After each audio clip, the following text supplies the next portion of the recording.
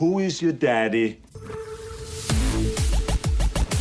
I am your father. You fathers will understand. My father taught me many things.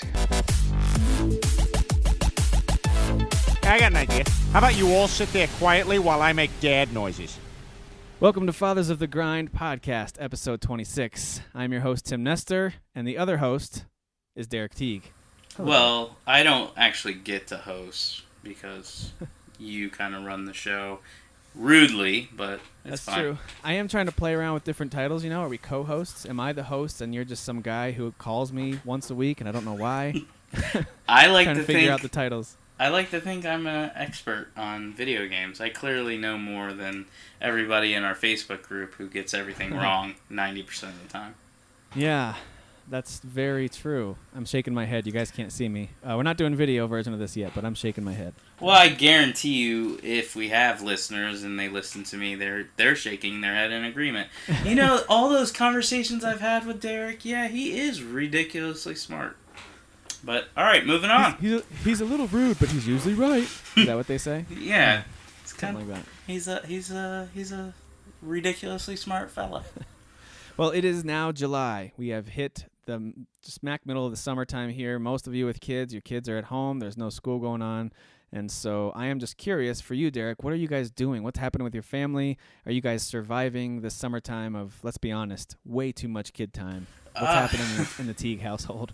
Well, I mean, it's actually been kind of nice because the last couple weeks I've been able to, not every night, but most nights, come home and not have to go somewhere. So I've actually been able to game more, even though, oddly enough, this is the awesome part, I haven't been feeling like gaming. I'm still gaming, but I'm not, like, driven to play. It's the beginning of the end. Yeah, so I'm counting on it being the beginning of the end of my gaming career. Mm-hmm. What's next? What's up next after gaming? Probably mobile apps and just like playing with them randomly. Like that's all. Yeah. But as far as the kids, yeah, we're keeping them busy. They got their little summer camp, daycare thingamajiggy, and then we still, do soccer like tournaments and stuff, even though they're not technically in soccer right now. But we do like these little fun like tournaments. Like next weekend, they're gonna do like a 3v3 beach soccer tournament, so it's in the sand. Cool. They play barefooted, so it's pretty cool. Yeah. And that's it? That's the whole summer? That's the entire thing? That's the entire thing. And then hopefully we'll go to a lot of Mo's on Monday, Mo Monday, for $5 burritos, and see some movies. I'd like to see some movies. What movies are we talking about? Independence Day 2? Yeah, that was... I mean, I already saw that 16 times. I just didn't tell you.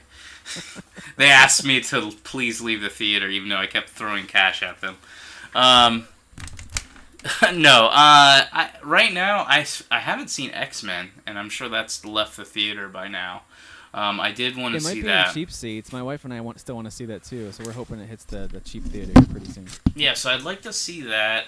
The kids want to see, is it Finding Dory? I think that's Finding Dory. Yep. So I'll probably end up seeing that, and then... is there any big movies coming out? I mean, there's Tarzan, and then I know that later in the summer there's stuff like the new Bourne movie. It's coming out, I think, in August. Okay. So there's still a few big ones. There's some in July that I'm just blanking out on. I usually go to a good amount of movies during the summer. When we don't have if we don't have sports on Saturday, I usually wake up early with the kids and take them to a movie. So you know what's kind of weird is that the big summer blockbusters, at least the comic book related ones or the nerd related ones, all came out in March, April, and May, which is a little strange. You had Batman, Superman in March. You had the new Captain America, Avengers movie in April, and then you had, or maybe it was beginning of May, but then you had, then you had the new X-Men in May. And so now that we're here at the end of June, it just feels like it's been a while since there's been a movie that everybody cares about. Yeah. Kind of strange. Yeah. Well, I mean, right now I did just buy Batman vs. Superman, the extended version. So You've seen it in theaters, and now you've seen it, the extended version. Is it improved? I haven't seen the full extended version. I started it last night, but then started getting tired. So I'll probably finish it. I doubt I'll do it tonight, but I'll do it sometime this weekend. Well, when you finish it, I want to hear if it's, because I haven't watched it at all yet, and I do want to see it. So I want to find out if it's worth the extra time, if it's that much better to see extended, or if it's about the same quality, I'll just watch the regular length. I know Austin's already seen it both ways, and he said it's not much of a difference. I've already seen like one difference where there was actual blood spraying when some people got shot. So they did show the blood spraying, and I was like, I don't think I remember that being in the PG-13 version. So, Gotcha. but yeah, so I'll probably watch that soon. I know we're predominantly a gaming podcast, but I gotta mention, freaking Game of Thrones is probably the greatest thing ever created by me in the world. I don't even know if a video game. He says with an earshot of his children. Yeah. I mean, yeah, definitely rated higher. Well, come on, man. The worst video game in the world is rated higher than my children. Oh, but ouch. But no, I mean, I don't know if you're caught up. We're not going to get into spoilers or anything, but did you watch the end of the last season, season 6?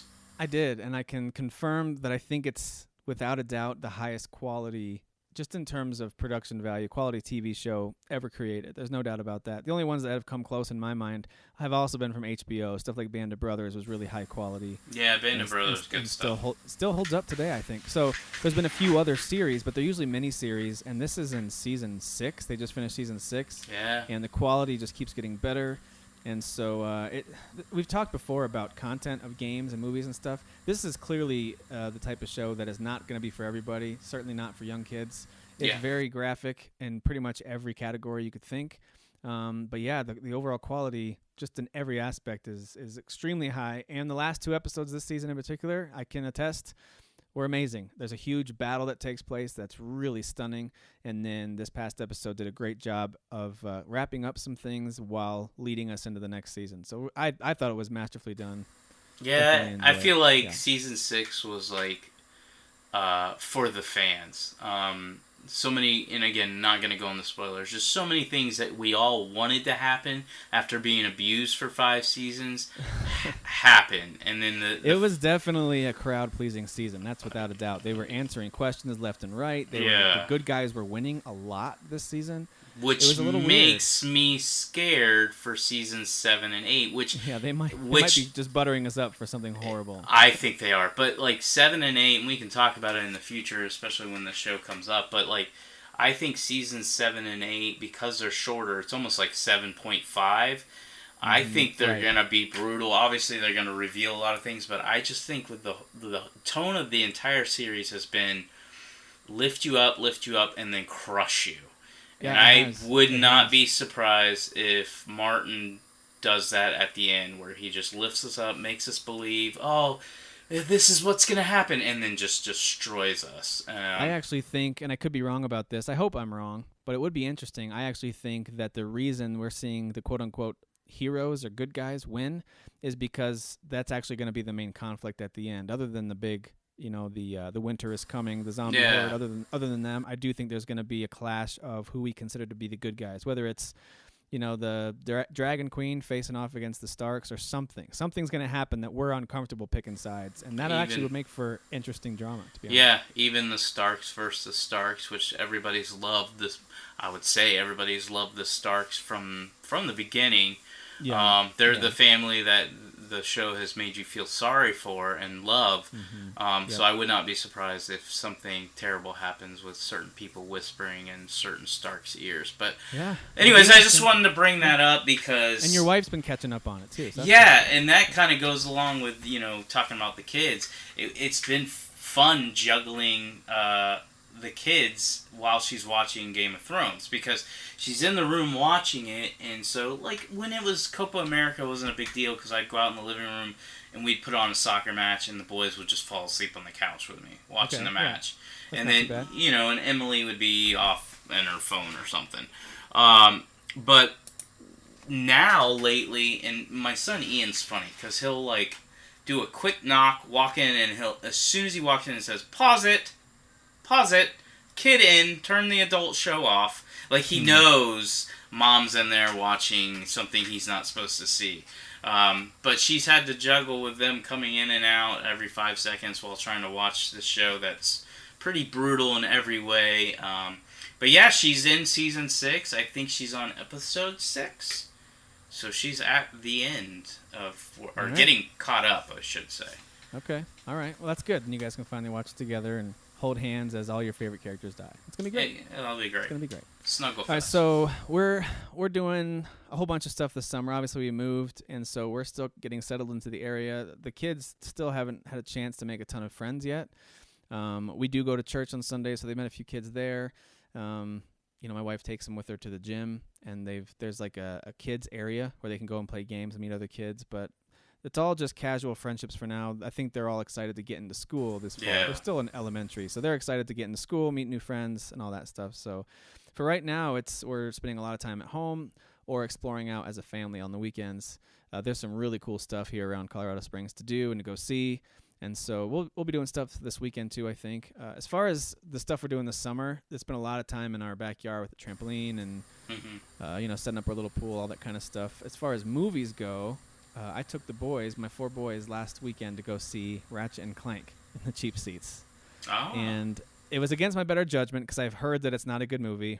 And I can confirm it is not a great movie. Yeah. But it's fine. I mean, the kids like it. I think if we get it on DVD or if it comes on Netflix at some point, they'll watch it again. Like, it's a fun, silly. I would put it in that kind of B level of animated films, like a 20th Century Fox type movie. It's not perfect. It's not as good as DreamWorks or Pixar, but it's good. It's solid. It's not bad. And the fact that we had all played the game, the kids had all played it, they'd watch me play it. I think they enjoyed it even more because it's characters they recognized, and so they liked it just fine. People who bash on it, I think they're being a little too harsh, a little too critical for a movie that's really intended for kids. The humor isn't necessarily amazing for an adult. That was what I was going to say. Kids were laughing their heads off. So I was going to ask you if the humor was like really as bad as the trailers, because that's what made me feel like, okay, if you can't make me laugh at all in the trailers, you're not going to be funny in the movie. Yeah, there was a couple moments that, I found myself chuckling out loud. And so it was again, it wasn't so cringeworthy and so eye roll worthy that I was like, I wish I could leave. And I've been in movies like that. It was not like that.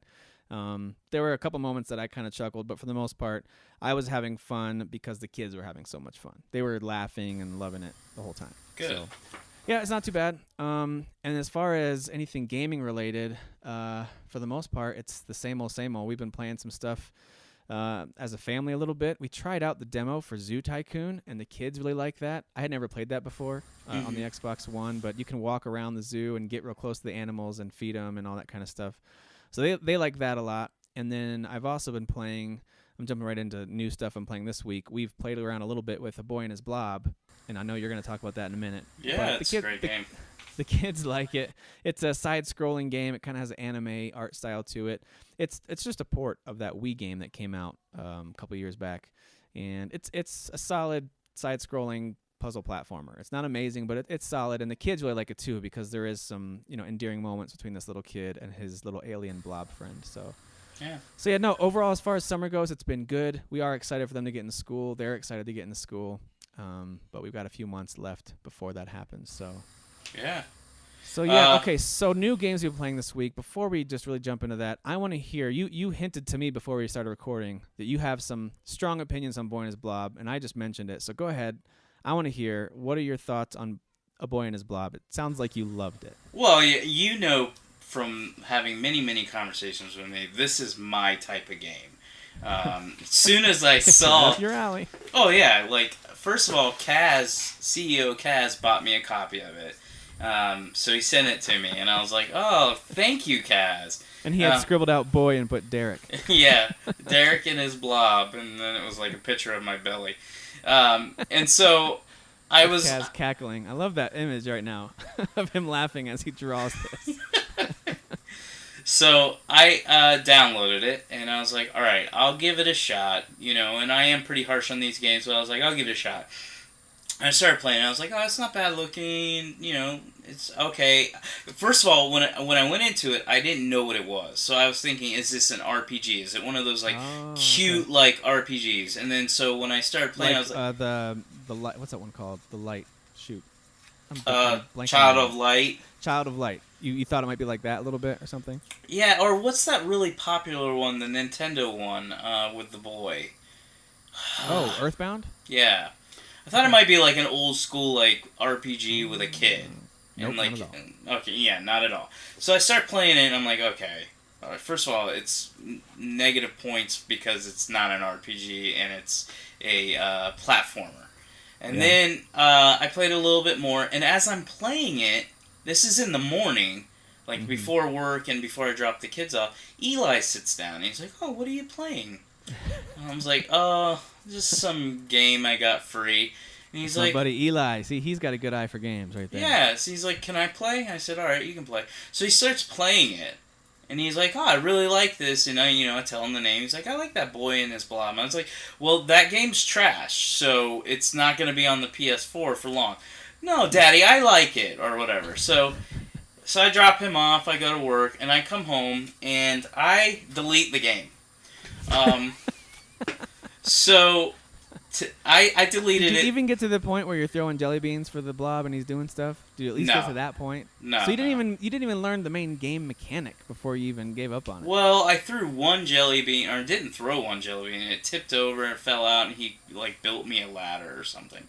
He became a ladder. Right. That's the whole game mechanic, is you throw different colored jelly beans and he becomes different things to help you get through the levels. Sounds like a terrible idea.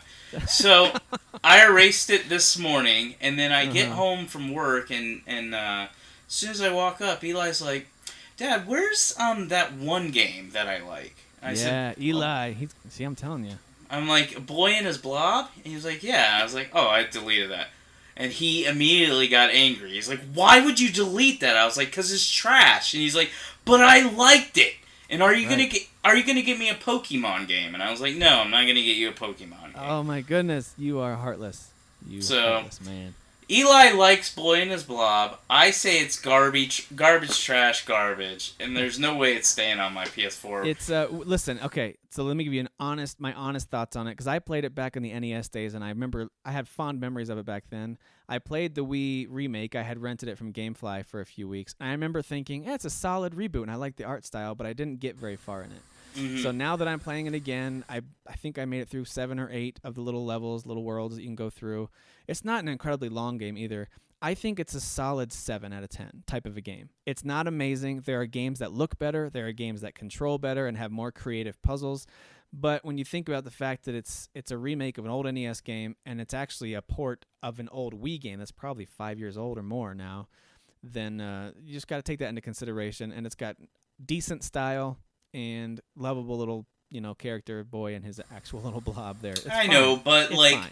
It's not amazing, but it's fine. In the last 10 years, I've probably completed one platformer, and that one platformer was Ori. And even though I put it on easy, it was close to Ori. Still hard. Right. And the only reason why I went through with Ori, well, there was 2 reasons. One, the graphics and music are beyond probably anything I've played this generation. Absolutely. Or probably ever. I mean, obviously there's better looking games as far as realism, but I'm talking about art direction and the beauty, plus the music, the atmosphere, all that. Yeah. And then number 2 was it actually had a story that I was like, okay, I want to know what's going on. Is this guy really bad? Is this? Yeah. What's going to happen? It was a very emotional story. Yeah, absolutely. And so I feel like it was the first platformer for me, and yes, I'm a hard critic on them, that gave me a reason to care, to say, hey, Derek, beat this game. Well, the other thing is that's almost an unfair comparison, because other than the Mario series, I think Ori has some of the best side-scrolling platform controls ever. Yeah, but I'm not. It controls almost perfectly. So it plays amazingly too. I'm not comparing Ori to A Boy in His Blob. I'm saying I hate platformers, and the only one in the last 10 years that's gotten motivated me at all was Ori, and so. All right. That's fair, though. That's fair. That's an amazing I am going to raise my children like me, and Eli will learn to hate games like Boy in His Blob. All right, so I've been playing that for a little bit, and it's not amazing, but it is fun. I probably will finish it because it's a nice one to play when the kids are around. I've let them play it a little bit. Even my daughter played it a little bit. She thinks it's cute when the blob gets too far away. You can hit a button, hit triangle, and you'll call the blob back to you. So it's a fun one to play with the kids. If I'm sitting alone or if Katie's sitting around and I'm just trying to, to play something when the kids aren't around, it's not a game I'd pick. There's plenty of other games I'd pick first. But Yeah. it's not bad for $2. It's on sale right now. If you've got young kids or even if you're just interested in it is a creative side-scrolling platform puzzler. Don't listen to Derek. It does have a lot of creativity to it. It's $2. So go pick it up. Jelly beans and alien blobs, great. If you liked games like Braid or even Limbo, even if you liked Ori, but you want something a little slower paced and a lot less difficult, it's worth trying out. It's $2. All right, so speaking of Limbo, the other game that I'm playing, I just bought it last night. Was it last night I bought it, I think? Is Inside.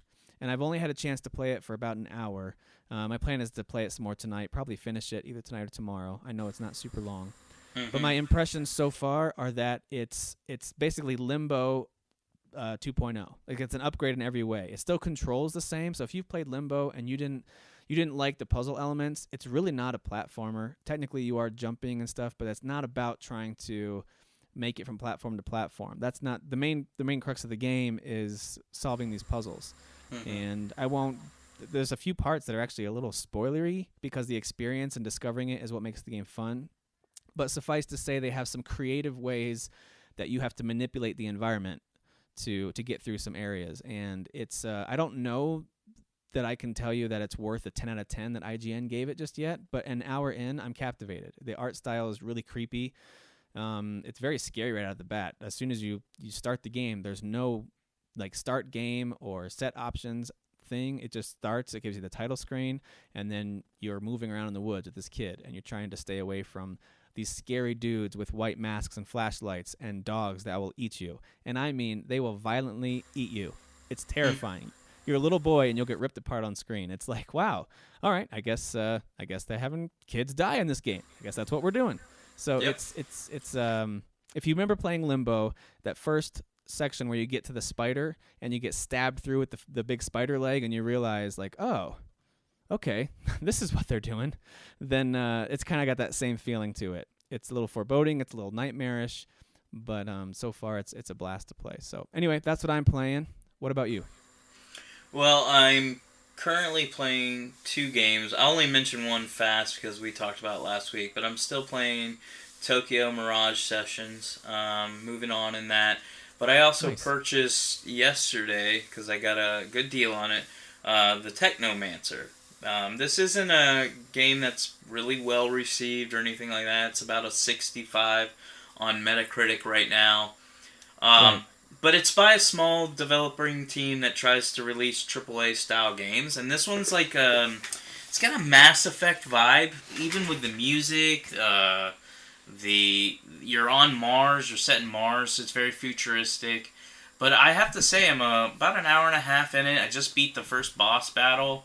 It's fun. The combat can be a little tricky, but it's not bad. I like it. I've heard anybody that's bashed the game has said it's because the combat's slow or delayed or something like that. But it's kind of like an in-between between... It kind of reminds me of like Mass Effect 1, where it was designed as a shooter, but it really wasn't a shooter. It was an RPG game, like by the numbers. Right. So certain things Mass Effect, so certain things you would do would be like you would put orders in there to do, and it would be like delayed. Well, that's almost like this. It's real time, but it's also kind of delayed, and it's by the numbers. So okay, all right. I like it. But again, it's kind of like the voice acting would be like a B movie. It wouldn't be a AAA type game. But the world, the combat, and the upgrading systems, everything like that, very, very well done so far, and I'm really enjoying it. So as soon as I get through Tokyo Mirage, I'll dive in a little bit deeper. But those are the 2 games I'd like to go back and forth while playing, Rocket League just for fun. Okay, nice. Yeah, I kind of want to try Technomancer. It's one of those games that I barely heard much about because when I did see articles about it, I skipped over it, and that was just me not being aware of the game. But hopefully it's not one that gets too quickly forgotten. I mean, even getting a 6 or 7 might be worth a try. So I might give it Yeah, a try. it's and I explained to like Jesse and some other people that are like, "Well, I heard it's a crap game." Well, yeah, there's been several people that have given it terrible scores, but there's also been lots of review sites that have given it 8s and 9s, and so it's obviously one of those games where expectations matter. Like if you go into it going, "Well, this looks like a AAA RPG open world The Witcher type game," you're absolutely going to hate it. But if you go into it going, "Oh, this is kind of like an indie team trying to do a AAA game," all right, I'll give it a shot. Then you realize you're a little bit more forgiving, and that's how I've always been. Like when I play Spider's games, I'm always more forgiving because I'm like, I know who you are. You're not an EA. You're not BioWare. You're not going to create a perfect game. You're going to have a flawed game, but I'm going to enjoy it because it's cool. Yeah, so they've been working with Focus Home Interactive, who's been putting on a lot of games over the last few years. And I'm looking through their list of games that Spiders has developed, and I'm not super familiar with their work. I know they did, according to this list here, they did a few ports for the Xbox 360 and the PS3. I think their first major game was Fairy Legends of Avalon, and I do remember when that came out. I just never tried it. I think It that was a downloadable game. Yeah, it wasn't a very good game. And then they moved on to Of Orcs and Men, which I never tried that either. That one was decent. It wasn't great. Like, the voice acting was god-awful, but the gameplay was actually good. And then what about Mars Warlogs? That's what... This is actually... Technomancer is actually, I believe, I don't know if it's a spiritual sequel or an actual sequel. Oh, okay. But apparently... And I never played that game, but apparently it was god-awful terrible. But this one is like... Every review I've listened to is like... Take that game and multiply by like infinity. It's better. Well, the game that many of you listening, I say many, that both of you listening would be familiar with, is Bound by Flame. They put out 2 years ago, and that one was a little more well known and a little better received compared to some of the others. So there you go. For those of you who needed some context, I'm one of those people who wanted some context on who made Technomancer, what is it all about. There's some history on the games that they've created so far. Yeah, like real quick, like the reason I even like delayed on buying it, and the only reason why I did is because I was able to get it half price. Because as much as I like Bound by Flames, I know there's a couple reasons why I liked it. First, I bought Bound by Flames day one because it was the only RPG on the new consoles. It was the first one. So I was so excited just to play like it wasn't open world, but it was like open area RPG with leveling and all that stuff and good graphics. So that was one reason. And the other reason was I wanted to give it a shot and see if I liked it, and I ended up loving it. But I was a little worried with the games like The Witcher and Dragon Age and all those coming out already that I didn't want to dive into Technomancer, especially since it was getting like hit or miss type reviews. I didn't know if I would love it as much as I love Bound by Flames, because I bet you if I went back and played Bound by Flames, I'd be like, this is trash. Because there's a lot of people I know that have talked to me. They're like, Derek, why do you play these guys' games? Bound by Flames is crap. And I'm like, no, I liked it. But so far, Technomancer is good. I like it. All right, good to know. Now, is it your game of the year? Of course. Well, So far. there's... Well, it's your game of the day? Yeah, it's game of the century for this day. Oh, wow. Hashtag. Amazing. Yeah, amazing. All right, so the reason I asked that, of course, is we are going to talk about our game of the year so far. We're halfway through the year, almost exactly 50% through 2016. And so we want to look back and see which games we like the most. And I'm going to try to throw in a few that neither one of us have played, and there'll be some obvious ones that are probably going to be Game of the Year contenders. And we're also going to talk about some games that we think might dethrone it later on. So we will get to that here in just a minute. But before we talk about our opinion, I want to share what some of the community thought. So Derek threw this question up in the Facebook group, which if you haven't joined yet, jump in there, Fathers of the Grind on Facebook. And he basically said, what's your game of the year so far? And if you think, if something's going to surpass it for the second half of the year, what do you think it's going to be? And we got some pretty consistent responses about a few popular games that have already come out. And I know these are games that you like all three. Well, maybe you don't like all three of these. The first one, though, I'll let you share, because I know you like this one a lot, and we've got a lot of group members who are on the same page with you. So what was one of the most popular picks? Oh, it's got to be game of the lifetime. Oh, Dark boy. Souls 3. Yeah. Yeah, you know what it is? I just can't get into this game, and I think it's because of the way the actual combat feels, like the way the sword feels when you connect with stuff. It just wasn't working for me. I don't know. I don't know what to tell you. I didn't feel that way when I tried Bloodborne. When I tried Bloodborne, I thought, this feels good, and I want to play this again when I'm in the place to want to really dig in, and this is going to be my game. So Bloodborne gave me a much better feeling with combat. Dark Souls 3, I didn't get that great feeling. So I don't know what it is. Bloodborne's a little bit faster, so you might like that. But Dark Souls 3 is still pretty fast. Like, they make it a little bit slower because they do want you to rely on your sword. Yeah. Whereas Bloodborne, shield. Whereas Bloodborne, there's only one shield in the game, and it's like this little wooden one that's just put in there as a joke. Like, they're like, if you want to use it, you can, but it's literally pointless. Gotcha. Okay.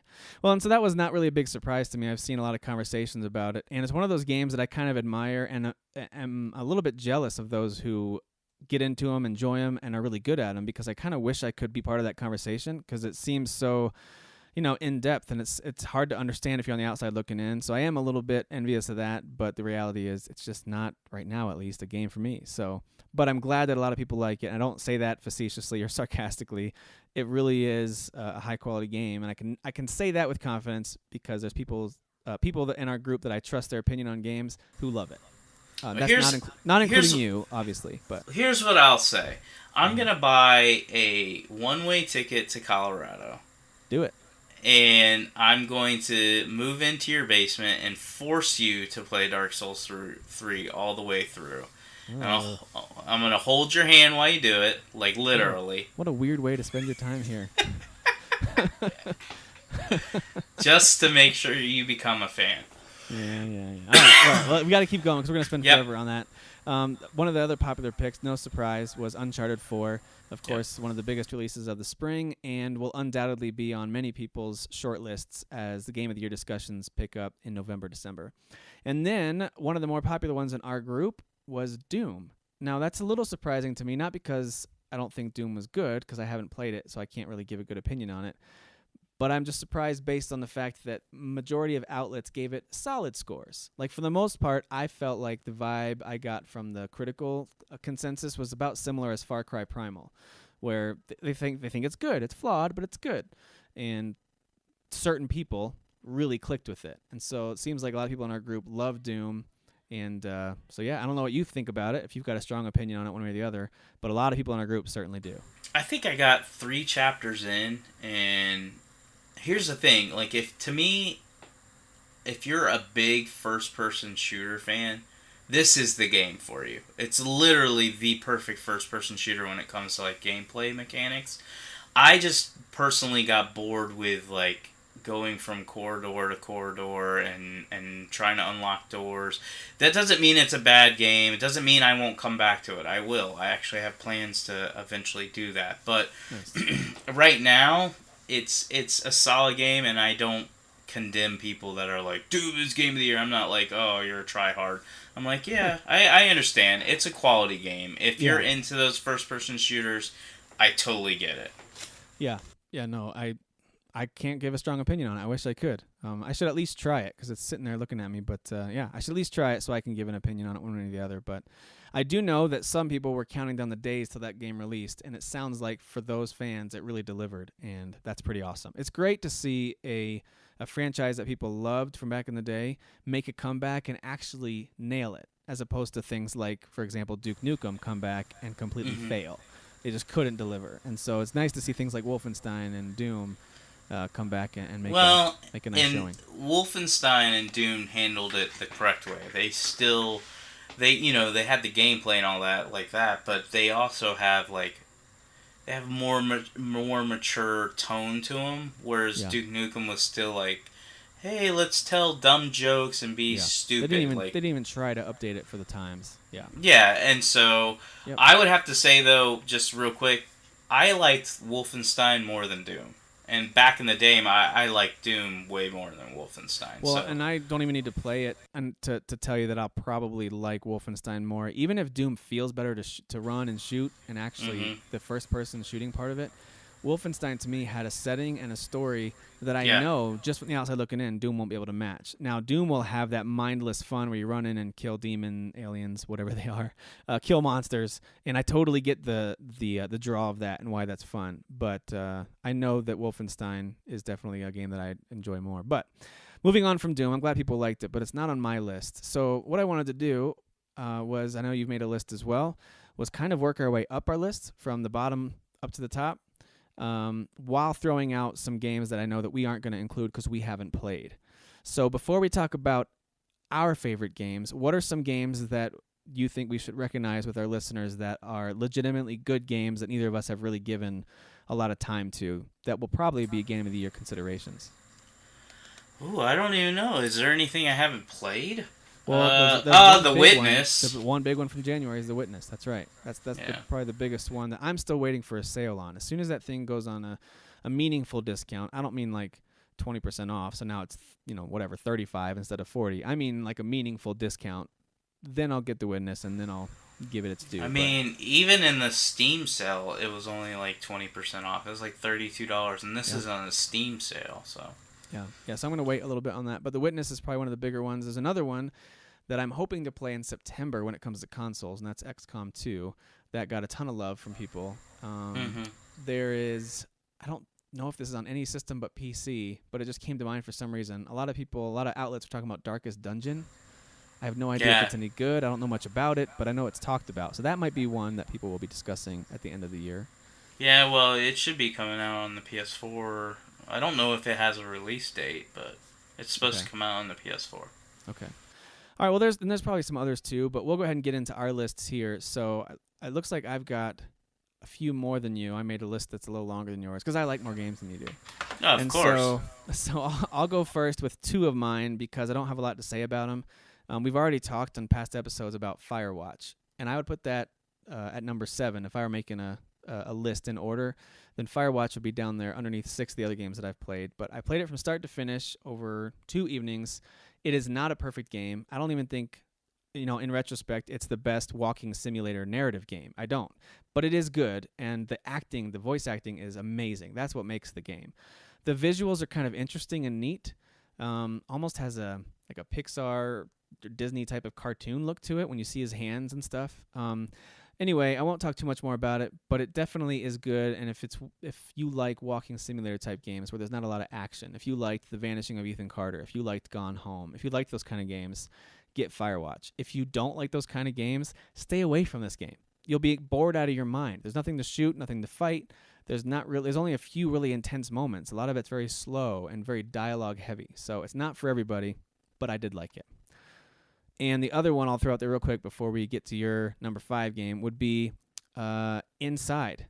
And I know I just started it, but I already know I like it more than Firewatch, and it could work its way up my list as I get towards the end. So Inside, so far, really great game. If you've got an Xbox One or PC, go get this game. It's only $20. I already know the endings. Well, don't tell me. I'm going to tell you right now. Beep. Censored. All right, so... Censored!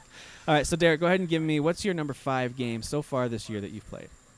This one could move up, but for right now, I just put Tokyo Mirage Sessions. For someone who's coming in right now on this episode, and I know we get millions of new listeners every week.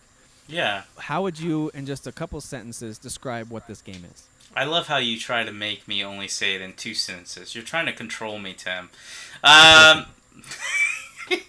Censored! Censored. All right, what was the question? Because I was so busy wanting to yell I'm trying at to control you, and you're not listening to me. We are a great team. So in a couple of sentences, or you know what? You take as much time as you want, buddy, to explain to the uninitiated, how would you describe what Tokyo Mirage Sessions is? Because it kind of sounds like a really sketchy massage joint. It says, come on in for our Tokyo Mirage session. Like it sounds something a little shady. So what is it actually? It's basically Shin Megami / Fire Emblem JRPG. It's got some stuff that I'm like, really, Derek, you're playing this and liking it? Like it's got a lot of Japanese pop star moments where they start busting out in song, and I'm like, dude, you're playing this? But it's so good. The combat's good. They talk a little too much. You know how I hate reading, but overall, Great game.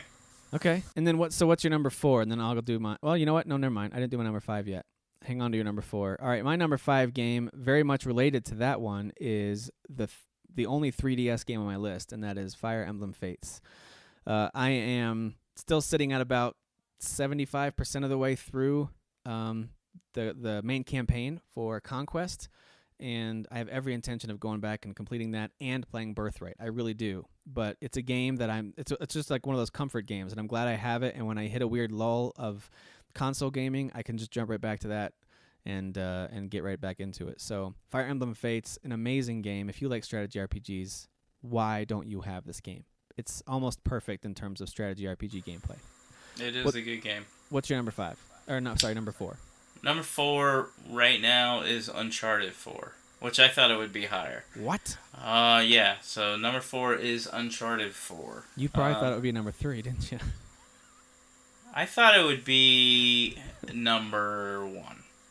I mean, prior to it releasing, I definitely thought it was going to be the best game that released this year. And I'm not saying it's not. It really is good. Well, what I'd like to do as a test, I mean, it's not like it's a spoiler. Everybody knows I'm going to say Dark Souls 3 is my favorite game. But what I'm going to do as a test, I want to go back and play Uncharted 4 again all the way through. And if I feel like I liked it more the second time, it may surpass like a Dark Souls 3. But here's the thing. I've played Dark Souls 3 twice now, and I still think about the game. Like, you still want to play it again, don't you? I still want to play it again. And the only thing stopping me is that feeling of, well, you bought this game, you have to play it. Wow. That type of feeling. That's the only thing stopping me from replaying Bloodborne and Dark Souls 3. That's a legit love of a game then. There's nothing wrong with that. As much as I give you a hard time about the Dark Souls 3 thing, that means you legit love that game, and there's nothing wrong with that. I'm pretty infatuated with it. I still watch like YouTube videos talking about the bosses and all that stuff. All right, well, my number 4 game is Sony's reboot of the Ratchet & Clank series. They put this out in May, and in April, and was it April? Whenever it was, it doesn't matter. It's an amazing game. This is another game that Eli loves that I told him last night that I deleted. It's so good. It's one of the best, at least recent 3D, platforming action games. It's really fun. I'm starting to think Eli's your son. Maybe. Come home, Eli. No, so Ratchet & Clank, it's amazing. The gun variety is great. The battles are really fun. They make it challenging, especially at the end, but for the most part, it's a game that most kids could play through. I'm pretty sure that on the easier level, they could probably even beat the boss. The final boss is a little overly hard, but otherwise, very fun game. Probably one of the better looking games on the PS4, and that's with all the other games that are out. And that's just in terms of art style and the way they deliver it, just the scope of it. It's really, really pretty. It's really fun to play. Highly recommend Ratchet & Clank. If you at all enjoy those kind of light-hearted 3D platforming action games, you should get this one. Ratchet & Clank, my number 4 game. What about you? Alright, so number 3 is Blood and Wine. Now, I know this isn't a full release, but I'm sorry. If a game's got like 20 hours of content, I'm fine with saying it's a game. For our purposes, I'm letting you count it because you'll hear it on my list here shortly too. Yes, I totally agree. It's worth, at least for our purposes right now, maybe not in our official end of the year review. I don't know if we'll count it or not. But for right now, for our purposes, I think it's fair to say, put it on your list of favorite games. I mean, it's got its own story, and with all the upgrades to not only like the UI, but even like the gameplay, the look, everything was totally just new area, totally different map. Absolutely phenomenal. Yeah. It felt like The Witcher 3.5, and I really, really more so really than Hearts of Stone did. Yeah, Hearts of Stone was great, but I would say Blood and Wine's an easy 10, maybe Hearts of Stone a 9.5. Hearts of Stone felt like an amazing expansion pack of The Witcher 3, and Blood and Wine feels like a sequel. It really does. It feels like maybe a rushed sequel because they didn't upgrade a ton of the systems, and everything looks very similar, just a little shinier, but it certainly feels like a different game. I agree with you there. Good pick. My number 3 is Far Cry Primal, and I've talked about this before. It's just a fun game. It's not without its flaws, but the way they let you tame beasts and explore the area, and I like that open world setting where you can go and run missions. The story itself, mediocre, but not bad, but just mediocre. But I mean, it's set back in prehistoric age. I'm not sure what kind of story people expected. It's just a fun game to play. It's very raw and visceral and kind of scary, especially at the beginning when you don't really have your bearings yet. You don't really have a lot of powers yet. Every animal you encounter could kill you. It's a great feeling. It's a really great feeling if you like that kind of open world exploring type of an experience. So Far Cry Primal is my number 3. And I'll go ahead and tell you my number 2, because I won't talk about it really, is Blood and Wine. The Witcher expansion Blood and Wine is my second favorite game so far this year. And I agree with you in the sense that it feels like a brand new game. So that's my number 3, my number 2. What about you? All right, so number 2, plot twist, it's Dark Souls 3. See, you all thought Dark Souls 3 was my top game, and it's not. I'm not going to talk about it. Dark Souls 3 is great, but it did not get the top spot. All right, well, we'll save your top one for just a minute, because I know people are just waiting on the edges of their seats. My favorite game so far this year is Uncharted 4. I think it's the best of the series. For me personally, I actually enjoyed playing it more than The Last of Us. I don't think the story is better than The Last of Us, so I want to make that very clear. I think Last of Us characters and story are much more meaningful. I felt like Uncharted 4 was a much more fun video game to play from start to finish than The Last of Us was. And I think it's the best Uncharted game. I think it's the best game that's come out on the current generation of consoles. And the criticisms that I see of it are very confusing to me. People talk about the pacing and things like that. It's a long game, and they do a brilliant job of pacing it out. I love the gunplay. It's vastly improved over even 2 and 3, which were pretty decent. I love the stealth elements they've added. And I know it's kind of silly that all of a sudden you've got this brother who he's clearly very close to, and they have a tight relationship, who never was mentioned in the first 3 games, or this new zipline rope thing that he's amazing at now that he, for whatever reason, never used in the other games. It's a video game. Those kind of things for me don't really bother me. It's just an upgrade to the gameplay experience. But if you let those things go and don't take it so seriously, I really do think Uncharted 4, in terms of production value, acting, visuals, and gameplay, it's impossible to match. So far this year, it's my favorite game. If Witcher 3 Wild Hunt had released this year, the full game, that would have beat Uncharted 4. But since it didn't, I would put Uncharted 4 ahead of everything else. That's my top game. All right, it's not a bad pick, but it does not come close to what this game is. All right, here's a drum roll. Go. All right, now you're making my drum roll look bad from last week. Oh, your drum roll. Derek. Number Cody. 1, I'm sorry, top that was game, a bad drum roll. Game dev story. Oh, what a great game. Yes. What an outstanding game. Trash, garbage, trash, DFC games, game dev story. It's where it all started. That is a great game. For anybody who's listened to more than one episode, you can always tell who kind of put the notes together during the week because they fill in the answers for the other person. Such garbage. Well, DFC gaming. That's a good way to kind of branch us into what I want to close us out with this week, and that is thinking about, we've already talked a little bit about what we're most hyped for, but I want us to think, and this is an idea you had, and I like this, to think a little bit more about what upcoming games could dethrone your current top game. And maybe you just pick one, and if we want to mention some honorable mentions, that's great, but let's think of one game that we could see shooting to the top of our list before the end of the year. And I'm going to share some community picks as well, but what comes to mind first when I say second half of 2016 this could be at the top of my list? What's the first game that comes to your mind? First one? Man. Maybe not first one, but the one that you think is most likely to land at the top of the list. I mean, I didn't put mine in order when I made the list, but it could be Deus Ex Mankind Divided. Okay. I mean, I really liked the first one, so I have I can honestly say I've done zero research on the second one. So I have no idea if it's good or not. If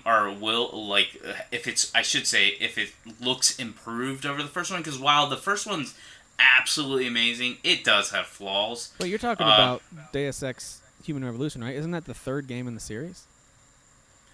Yeah. Well, I'm talking about Mankind Divided. I mean, like first of the... Yeah, and then I see what Human you're saying. Revolution's kind of like started it all over. But yeah, there's several Deus Ex games ahead of it. Okay. But the only one I played was Human Revolution, and it's a great game, but it was flawed. And I haven't checked the videos for like Mankind Divided to see if they've made improvements or if there's more things to this game that are going to make me fall more in love with it. I probably should, and maybe as it gets closer I will. But right now, I could foresee that game, me walking away from it going, oh my god, that's amazing, type game. Okay. No, that's a good pick. That's a good pick. If I had to guess, I already mentioned last week that one of the games I'm most hyped for is Mafia 3. Even if that game meets my expectations, I think I'm still going to consider Uncharted 4 and probably even Blood and Wine better than that. Unless Mafia 3 comes out and does things that no other open world, GTA clone has ever done. I don't see it dethroning it, even though I'm really hyped to play it. I think... Oh, go ahead. I'm sorry. I was just going to say, I think it could for me, because Mafia 3 would be my second answer. Okay. I think it could for me, just if it has that, like, story element that I feel like GTA 5, and even Watch Dogs, while I like that it was more serious than GTA 5, it still was more miss than hit. If Mafia 3 can have a really, really intriguing story while doing like the Grand Theft Auto / Watch Dog type of gameplay, and then have like plot twists and things like that I've seen or more and less I've basically read about from the previous games, I think it could potentially be a Game of the Year type game. That's just my take. I think of the games I'm excited about, and I'll let you throw out a few honorable mentions for yourself here in a minute too. There's a few that I think that I will really like. I Am Setsuna, No Man's Sky, Final Fantasy 15, which is one that many of our community picked, like Daniel Freitas and Mark Allen, of course. They're all saying, no doubt about it, Final Fantasy 15 is going to be that. To me, the one that has a really good chance of surpassing Blood and Wine and Uncharted 4 would be The Last Guardian.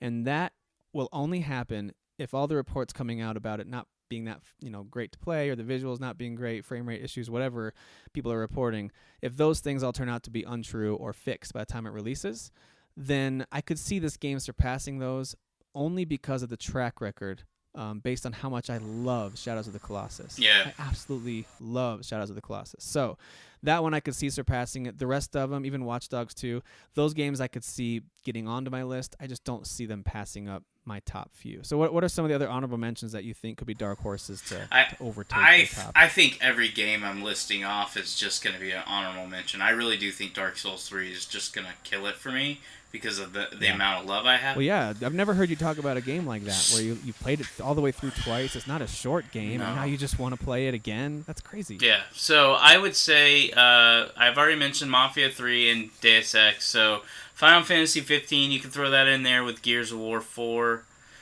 Dishonored 2 is another one. Watch Dogs 2, again, I haven't done a lot of research, but that could end up being better than I think it's going to be. But I don't foresee it being like a Game of the Year. But the one that I think, out of all the stuff I wrote down, there's certain games that I'm like, okay, like Deus Ex and Gears of War, maybe they'll be so fun.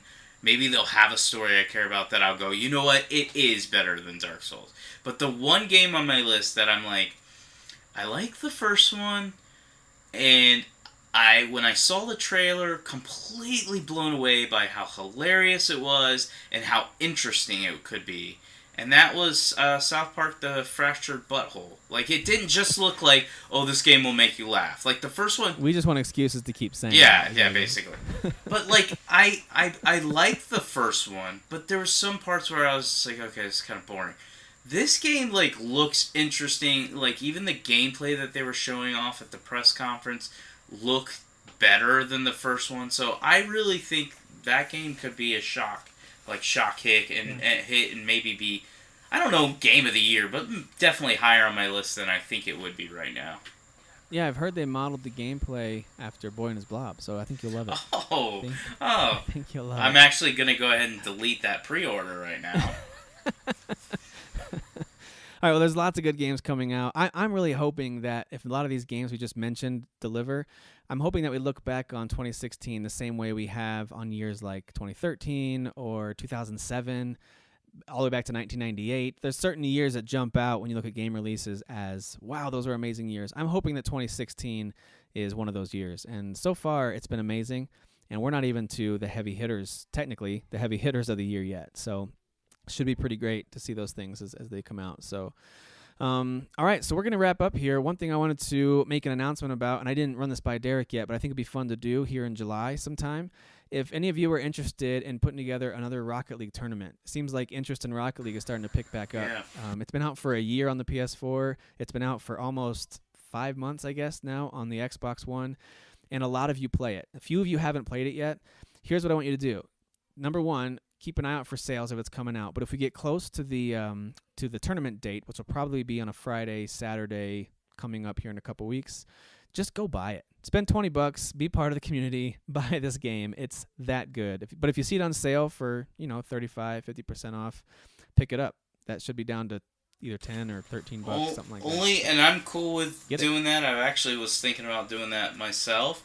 The only thing I ask is, and I understand life happens, but if you're gonna play, please show up. We get like at least 5 or 6 people that say they're gonna play and they don't show up. Yeah. Please show up. Or if you're not gonna show up, let us know way ahead of time you're not gonna make it. Totally agree with that. Here's what makes it fun, is that we usually pair off into teams of 2. We'll set up a bracket. We'll try to track it on a combination of Facebook and within our chat groups on the PS4 or Xbox One, either one. Probably PS4. And we'll track it that way. But then once you're done, once your team's knocked out, then you still jump into a group and just play some casual private matches, and then the conversation continues. And if you've ever played a game with someone like, I don't know, let me pick a name out of the hat, John Martin, those conversations can get interesting. So so anyway, I want to put that together again. Hopefully you guys will be have some interest in that. We can get at least somewhere around 4 or 6 teams together. That'd be excellent to do that.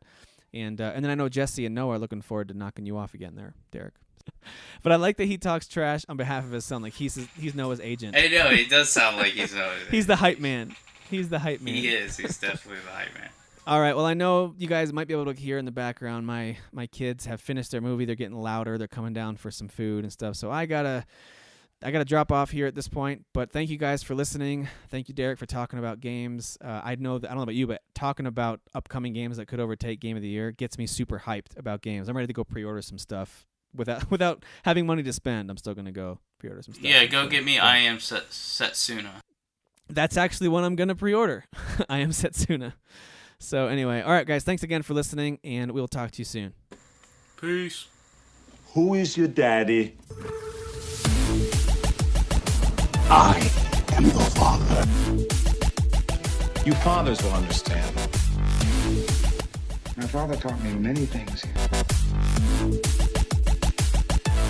I got an idea. How about you all sit there quietly while I make dad noises?